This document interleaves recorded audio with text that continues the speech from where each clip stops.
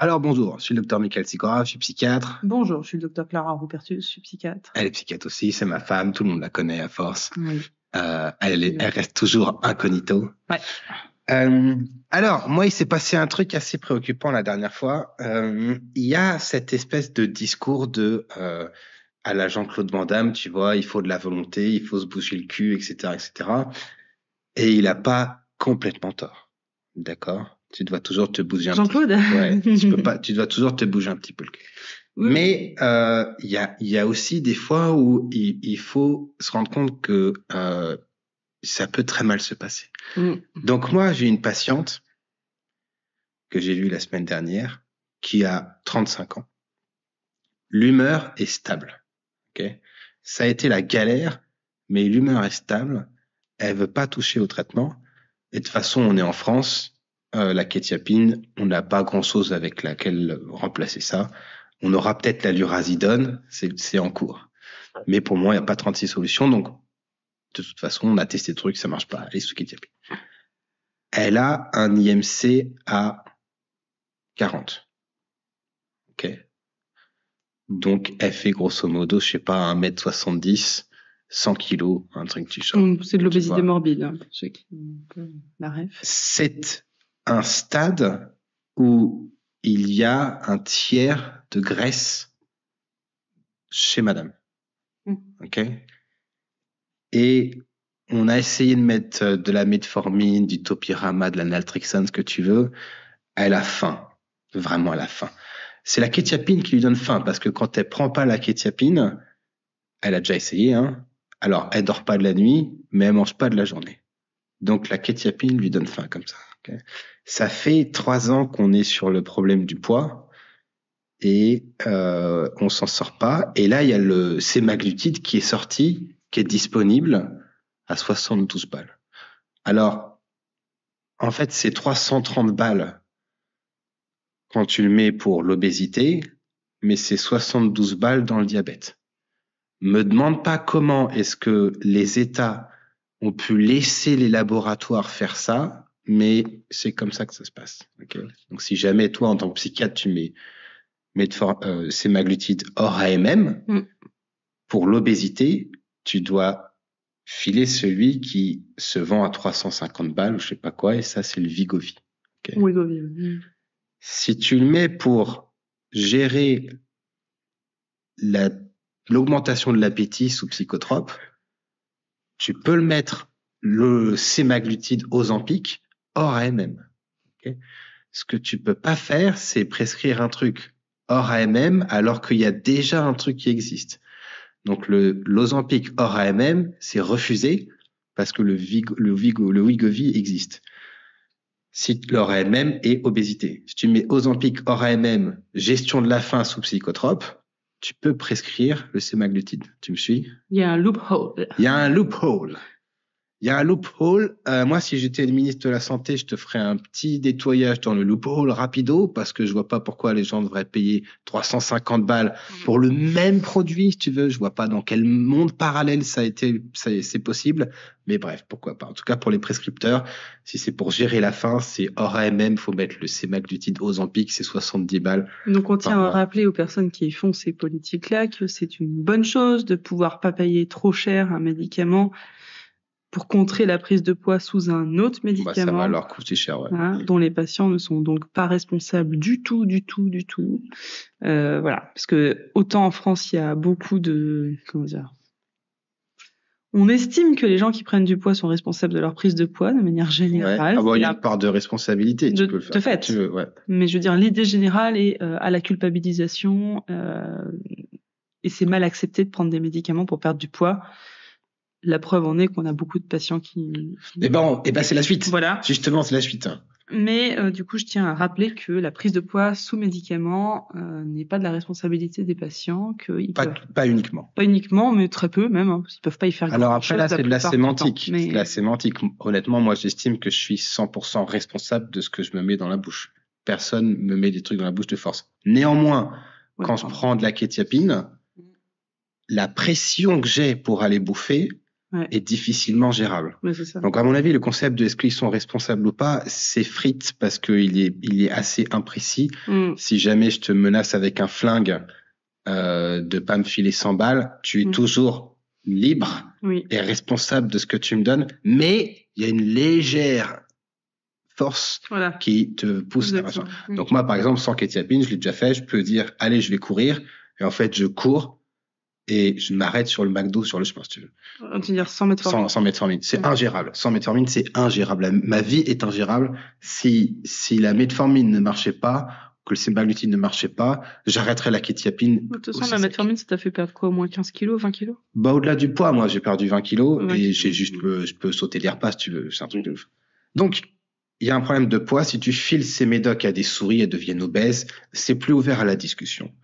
Les diètes, je le dis à la radio, je n'ai encore jamais vu, je suis désolé, je n'ai jamais vu un patient sous psychotrope avec une maladie mentale grave perdre un poids considérable et gérer la faim avec la diète. La diète ne t'aide pas à ne plus avoir faim sous psychotrope en moyenne. Alors, il y a des diètes là qui vont dire « Oh oui, mais moi, j'ai des... » C'est très bien, c'est très intéressant, c'est très bien. Moi, je ne l'ai jamais vu. J'ai vu des patients dépenser des centaines d'euros, machin, parce que le suivi diète n'est pas remboursé.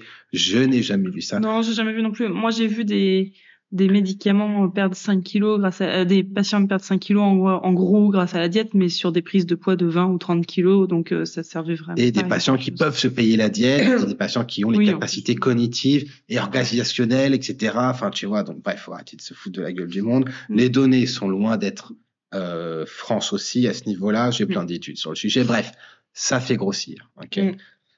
Le poids, il y a des considérations esthétiques qui, moi, ne m'intéresse pas du tout. Je me contrefiche de savoir si les gens se sentent bien dans leur corps ou heureux ou je sais pas quoi. C'est un élément important, mais on parle pas de ça. On parle pas de ça parce que ça, c'est encore un autre sujet auquel à la limite on n'a pas notre mot à dire en fait. Bon, moi je m'en fous, oui, j'ai pas d'avis sur le sujet. Il y a pas, donc là c'est pas de la grossophobie ou je sais pas quoi. Sur la santé, qu'elle soit physique ou mentale, d'avoir un excès de masse adipeuse, d'avoir un excès de graisse, c'est pour la majorité des gens une très mauvaise chose. Okay. Ça fait de l'inflammation, le corps lutte, ça augmente les charges mécaniques sur les articulations, ça augmente les charges sur le cœur, le foie travaille plus, a du mal. Enfin, c'est une catastrophe. Okay. Et donc, les gens qui perdent du poids, ils s'améliorent sur le plan psychiatrique, indépendamment de tout effet du psychotrope. Enfin, c'est pas ouvert au débat, c'est plus ouvert à la discussion, et le semaglutide est en train d'être poussé dans absolument 36 pathologies différentes, y compris en psychiatrie. Les gens boivent moins. Sur le trouble bipolaire, il y a des études qui commencent à sortir. Enfin bref, ça marche. La patiente là, qui a un IMC à 40, elle est déjà en train de se dégrader. Okay ?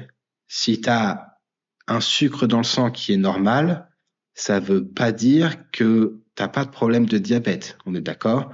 Quand la glycémie à jeun augmente, c'est que tu as déjà été insulino-résistant pendant des années. Ok? T'arrives sur la fin. On est d'accord? Je te regarde, mais toi, tu sais, mais. Oui. T'arrives sur la fin. Quand t'as tes articulations et qu'un jour tu dis, tiens, j'ai mal au genou, et que le chir, il dit, bah, il y a plus de cartilage, c'est fini, tu vois. Mais ton corps ne t'envoie pas un signal d'alerte quand tu as bouffé les 3/4 du cartilage. T'as pas un mail qui te dit, ah, il va peut-être falloir quelque chose. D'accord, faire quelque chose. Quand tu es en train de te péter les vertèbres, c'est pareil. Et donc, quand tu as un infarctus, la moitié des gens meurent, tu vois. Un des premiers symptômes de l'infarctus, c'est la mort. Donc, tu as la moitié des gens qui, paf, crèvent d'un coup. Donc, il faut être au clair sur les risques de l'obésité. Vraiment, il faut que ce soit clair, parce que quand tu es médecin et que tu vois plein de patients en surpoids, tu découvres petit à petit que les gens, effectivement, meurent beaucoup plus vite. Oui. Tu fais l'expérience de la mort. Après quelques années de suivi, on commence à les voir. Tu vois que ça tombe comme des quilles.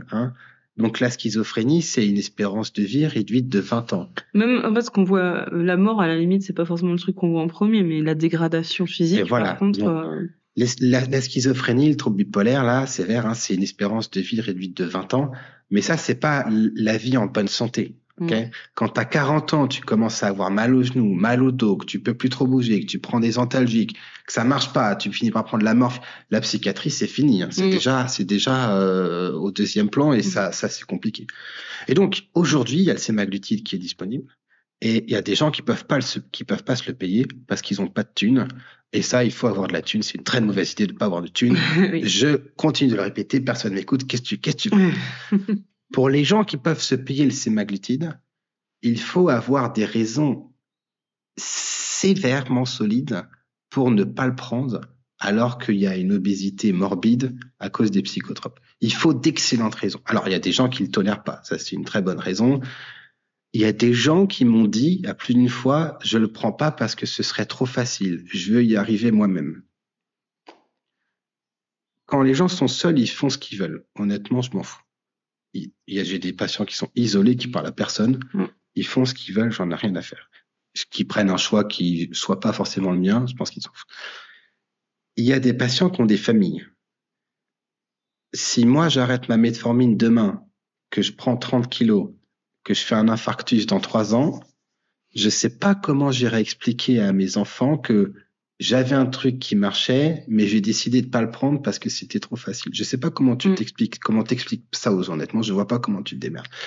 Et donc, il y a 2 trucs. Il y a un, je pense que l'obésité, c'est mortel et les gens sont pas au courant. Je suis toujours choqué, moi, de voir à quel point les gens ont une méconnaissance extrême de ce problème, de cette aberration qui est propre à notre époque. Hein. C'est-à-dire, tu regardes en 1800, il y avait moins d'obésité. Hein. Il y a des pays où ils se sont pas industrialisés à la western, là, il y a quasiment pas d'obésité. Je sais pas si tu vas au Japon ou je sais pas quoi. Enfin, au Japon, oui, t'as des endroits où ça n'existe pas, si tu veux. Donc, en fait, c'est la mondialisation quand même de l'obésité. Avec de la bouffe de merde, d'accord. Donc, on bouffe de la merde, donc c'est une aberration. Tu vois, t'as des gens. Là, je crois qu'on a, je sais pas, 25% de gens en surpoids ou je sais pas quoi. Et donc, des gens qui sont des aberrations naturelles. C'est comme si tu avais un 3e bras. T'es pas censé avoir 3 semaines ou 3 mois de réserve de graisse dans le bide. Enfin, je veux dire, c'est une aberration. Les gens sont pas tous responsables de ça. Et si on n'avait pas de la bouffe de merde, tu vois, là, quand je vais faire les courses. La société est largement responsable, tu vois. Quand je vais faire les courses, là, je suis allé faire les courses, t'as, je sais pas, 2 kilomètres de bouffe de merde en promo. Pour aller acheter tes tomates, t'es obligé de traverser les promos sur le Nutella, sur les chips et tout, mais c'est horrible. Ça, plus les politiques de santé publique qu'on fait la part belle aux glucides. Qui branlent que dalle. Ouais, qu'on fait la part belle aux glucides. Qu'on fait la part belle, faut pas manger gras, machin. Donc c'est que récent qu'on se dise que finalement. Donc moi, j'ai des pommes rissolées Nutri-Score A. Oui, voilà. Putain. Alors, effectivement, le Nutri-Score, c'est mieux que rien. Et c'est ce que je dis quand je balance 50 centimes à un SDF et qui me regarde et qui fait foutre de ma gueule, tu sais, je dis, c'est plus que rien. Donc, bon, voilà. Donc, je suis pas convaincu du Nutri-Score. Je pense qu'il aurait fallu faire beaucoup plus. Je pense qu'on pourrait faire une taxe de malade sur le Nutella et les Kinder Bueno, tu vois, une taxe de dingue. Je pense que ce serait pas mal. Bref, c'est un autre sujet. Mais donc, c'est un bon exemple, tu vois. Quand t'as un trouble borderline, t'es pas coupable de ce qui t'est arrivé. Tu vois, si tu t'es fait agresser, violer, abuser, machin. Mais c'est toi qui va déterminer la façon dont les choses se passent pour la suite, de façon très claire. Okay, si tu es atteint d'obésité, le fait que tu sois responsable ou pas, honnêtement, n'a pas trop d'importance parce que ça t'aide pas, tu vois. Si on dit oui, c'est l'État qui est responsable, ça t'aide pas à perdre du poids. Si on dit oui, c'est la kétiapine qui est responsable, tu perds pas plus de poids. Okay, et je comprends pas, honnêtement. Ils sont en train de faire des trucs pour l'éducation sexuelle des genres, etc. dès la primaire, je sais pas quel bordel. Je pense que ce serait bien qu'on ait une éducation sur la bouffe intensive dès le début, tu vois, parce que jusqu'à preuve du contraire, les gens bouffent plus qu'ils ne baisent. Et je pense qu'il y a des trucs à savoir bien avant le truc du est-ce que je suis un homme ou une femme ou je sais pas quoi. Mais bon, ça, je m'égare.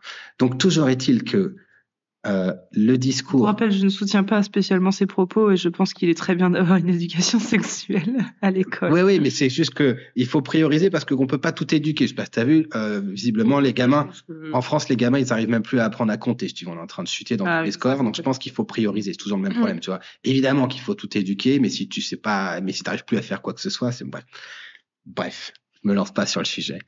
Et donc mon message c'est les gens atteints d'obésité avec une maladie mentale vont crever. S'ils ne crevaient, alors tout le monde va crever, mais ils vont crever beaucoup plus tôt. Ils vont pas mourir dans leur sommeil tranquillement. Ça, honnêtement, ces gens-là, ça n'est pas un problème. Je les envie un peu. Je pense à mon grand-père qui aura fait chier tout le monde pendant des années et il est mort dans son sommeil pépère à 103 ans. Quel enfoiré. 105.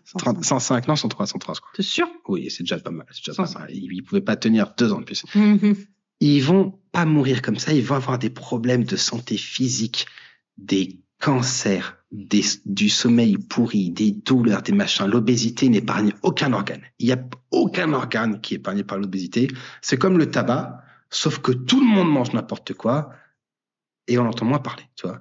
Donc, effectivement, de dire manger, bouger à la télé, de laisser les gens faire des pubs pour les gamins avec des Kinder Bueno et de mettre à la fin manger 5 fruits et légumes par jour, c'est du foutage de gueule complètement. Enfin, c'est comme si sur le porno, sadomaso, on m'écrit un petit truc. Attention, les femmes ne sont pas des jouets. Est-ce que tu te fous de ma gueule? Est-ce que tu te fous de ma gueule, putain? Donc, le message, c'est les gens vont crever, les gens vont souffrir de cette obésité. Et aujourd'hui, il y a un ersatz de solutions. Alors, c'est pas parfait, ça coûte 70 balles. Qu'est-ce qui se passe quand tu l'arrêtes, etc., etc., etc. Il y a plein de raisons de pas le prendre. Une des raisons qui n'est à mon avis pas valable, c'est de dire oui, c'est de la faiblesse. Si jamais je prends ça, ça veut dire que je suis fragile, que je suis machin, je devrais y arriver seul. Ça n'est pas une bonne raison. Sauf si tu dis ça à ta femme et qu'elle te dit, oui, il faudrait que tu y arrives tout seul. Je préfère encore que tu te pètes la santé plutôt que tu sois faible. Parce que si tu meurs, Clara, demain, si tu meurs, je suis désolé, je l'aime bien. Si demain tu meurs obèse, avec dans ta poche l'ordo de sémaglutide que t'es pas allé chercher, personne dira, bravo, il était sévèrement solide, ce type. Il est mort, mais au moins, il n'a pas pris de sémaglutide. Il laisse derrière lui femme et enfant, mais ça n'était pas un faible d'esprit. Il avait de la volonté. Je préfère être en vie et en bonne santé, faible, que avec des problèmes physiques forts. J'ai fait les deux et je choisis d'être faible tous les jours. Every fucking day. Ça, c'est dans le Loup de Wall Street. Hein, c'est super. Incroyable. Voilà, donc c'est mon message. Donc si vous êtes... Et il faut qu'on close là parce que je mets les vidéos sur TikTok et sur TikTok, les gens en moyenne, vidéo au bout de... Durée moyenne de la vision, 3 secondes. T'imagines? Je pense qu'il faudrait que je fasse un petit peu le truc avant pour attirer un petit peu le bâton. Donc voilà. Le sémaglutide est disponible en France. Au fur et à mesure, ça va être disponible en générique. Ça va coûter moins cher. Alors, en France, vu comment on est foutu, je suis pas sûr. Hein, tu vois, le bupropion, c'est en générique, mais ça coûte toujours 100 balles. Donc, bref, ça va arriver en pilule. Plus il y a de molécules, plus les prix vont diminuer. On est d'accord, ça va se faire. Mais voilà, je pense ça doit commencer à se réfléchir dans l'esprit des gens. Où est-ce que je mets mon argent? Ceux qui n'ont pas de thunes, je suis désolé, il n'y a pas 36 solutions. N'achetez pas ça sur Internet, c'est des peptides, c'est catastrophique parce qu'il y a des gens qui vendent ça sur Internet, dans le black market, machin. Mais bon, tu vois, faut reconstituer la solution et tout, etc. Enfin, c'est pas possible. Ceux qui ont l'argent, il faut qu'ils en parlent avec leur médecin parce que il y a des poids, il y a des situations où on peut pas attendre d'avoir le déclic, attendre d'avoir la volonté. Si ça fait des années que ça ne vient pas, ça n'arrivera pas. Il faut vraiment avoir de bonnes raisons pour pas essayer. Ok, c'est mon message. Ça te va? Ouais. On fait quoi? On s'arrête là? Ouais. Allez hop. Est-ce que tu as des choses à rajouter? Je dirais que en dehors de tout médicament et tout problème de santé en obésité, il faut quand même d'abord aller voir un diététicien, surtout si on a 300 balles par mois à mettre dans du sémaglutide. Je pense qu'on peut d'abord mettre 300 balles par mois dans de la très bonne bouffe. Alors c'est vraiment essentiel. Ouais, parce que un des gros freins à la bonne alimentation, c'est le prix. Hein. On va pas se leurrer. Clairement, de bien manger, c'est cher. Ça, c'est sûr et certain. Mais donc, je pense que si on a 300 balles à mettre dans une injection, on a 300 balles à mettre dans de la bonne bouffe. Si, bien sûr, le poids n'est pas un problème hormonal, n'est pas un problème de maladie, n'est pas un problème de traitement, etc. Bien sûr, je sais bien que c'est plus compliqué que ça, mais juste ce petit rappel-là quand même. Alors moi, c'est essentiel. Le message là, il s'adresse aux gens que je connais. C'est pour les gens qui ont des maladies mentales avec des médocs qui font prendre du poids et en moyenne qui n'ont pas de thunes. Oui, voilà. Donc, ceux-là, en moyenne, ils n'ont pas de quoi se payer la diète. Et s'ils sont payés la diète et que ça n'a pas marché, il faut passer à autre chose. Tu vois, parce que t'en as qui sont suivis par une diète, ça fait je sais pas combien de temps, ça marche pas, faut passer à autre chose. Oui, tu voilà, vois. Diète, endo, ce que tu veux, psychiatre, si t'es suivi par un psychiatre et que tu veux pas mieux, au bout de 2 ans, tu changes de psychiatre, d'où Jésus. Tu vas chez ton coiffeur, il te rate une fois, tu changes de coiffeur. Alors oui, on peut pas changer de psychiatre comme on veut, il y a plus assez de psychiatres. Ben, c'est pour ça qu'on a fait santé mentale, grande cause nationale. Hein, bon alors, et après les gens se râlent encore, putain, pas possible ça. Bah, allez, allez, c'était juste le mot de la fin. Allez, bon courage.